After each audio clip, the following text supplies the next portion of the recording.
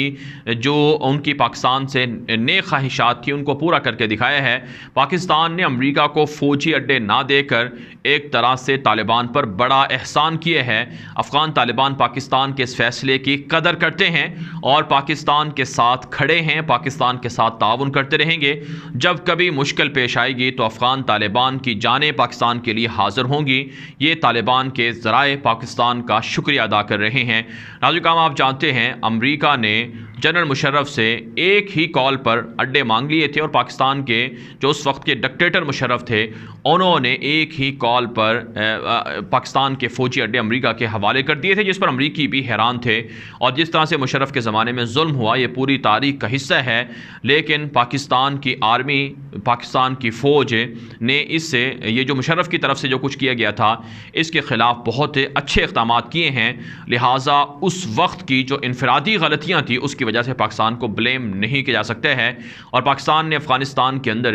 امریکہ کے ذریعے سے امریکہ کو شکست دی ہے۔ جنرل حمید گل مرحوم نے یہ بات کہی تھی اور دنیا بھی اس بات کو تسلیم کرتی ہے، امریکہ خود اس بات کو تسلیم کرتا ہے کہ ہمیں شکست دینے والا اور کوئی نہیں ہے، ہمیں شکست دینے والا پاکستان ہے، جس نے افغان طالبان کے ساتھ اتحاد کیا، امریکہ کے ساتھ اتحاد کیا، اور دونوں طرف سے گیم چلی اور امریکہ کو شکست سے دوچار کیا۔ تو یوں ناظرین کرام افغان طالبان پاکستان کے اس عمل کا شکریہ ادا کر رہے ہیں۔ پاکستان کے وزیر اعظم عمران خان کا جو تازہ انٹرویو ہے جو انہوں نے اکسیوس نامی ایک امریکہ کے ادارے کو دیا ہے، نیوز ادارے کو دیا ہے، یہ انٹرویو پوری دنیا کے اندر نشر ہو رہا ہے، اور اس پر پاکستان کے وزیر اعظم عمران خان کو ہیش ٹیگ بنا کر ٹرینڈ بھی کیا جا رہا ہے، اور پاکستان کے وزیر اعظم کو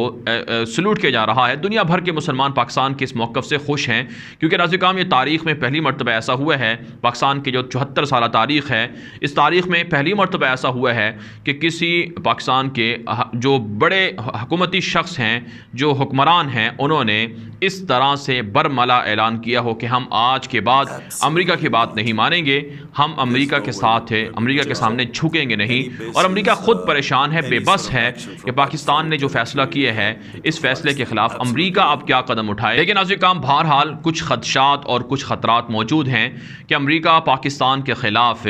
کوئی بڑا ایکشن لے سکتا ہے، پاکستان کے خلاف پابندیاں لگوا سکتا ہے، پاکستان کو FATF کے ذریعے سے بلیک میل کر سکتا ہے، پاکستان کو بھارت کے ذریعے سے کاؤنٹر کروا سکتا ہے، پاکستان پر بھارت کے ذریعے سے حملے کروا سکتا ہے، خود پاکستان کے وزیر اعظم عمران خان کی سیکیورٹی کے لیے بھی خطرات پیدا کر سکتا ہے۔ یہ امریکہ کی جانب سے پاکستان کے خلاف سازشیں ہیں اور ان کی پلاننگ ہے اور ان کی خبریں ہیں، لیکن وہی بات ہے کہ جس کے ساتھ اللہ ہو اسے کوئی شکست نہیں دے سکتا ہے۔ تو پاکستان کی عوام کا، پاکستان کی حکومت کا، پاکستان کی ملٹری کا اور سلامتی کے اداروں کا بھروسہ اللہ پر ہے، اور اس وقت امریکہ سے پاکستان ٹکر لے چکا ہے، اور یہ ٹکر انشاءاللہ امریکہ کی بربادی کا سبب ہوگی اور پاکستان کو آگے لے جانے کا سبب ہوگی۔ لہٰذا پاکستان کو اپنے اس موقف پر ڈٹے رہنا ہوگا، امریکہ، نیٹو اور ان کے فوجوں کو افغانستان سے نکالنے کے لیے پریشر بلڈ کرتے رہنا ہوگا، اور ساتھ ساتھ پاکستان کو افغان طالبان کے ساتھ قربتیں اور رابطے بھی بڑھانے ہوں گے تاکہ انہیں ہر طرح کی مدد اور سپورٹ فراہم کی جا سکے۔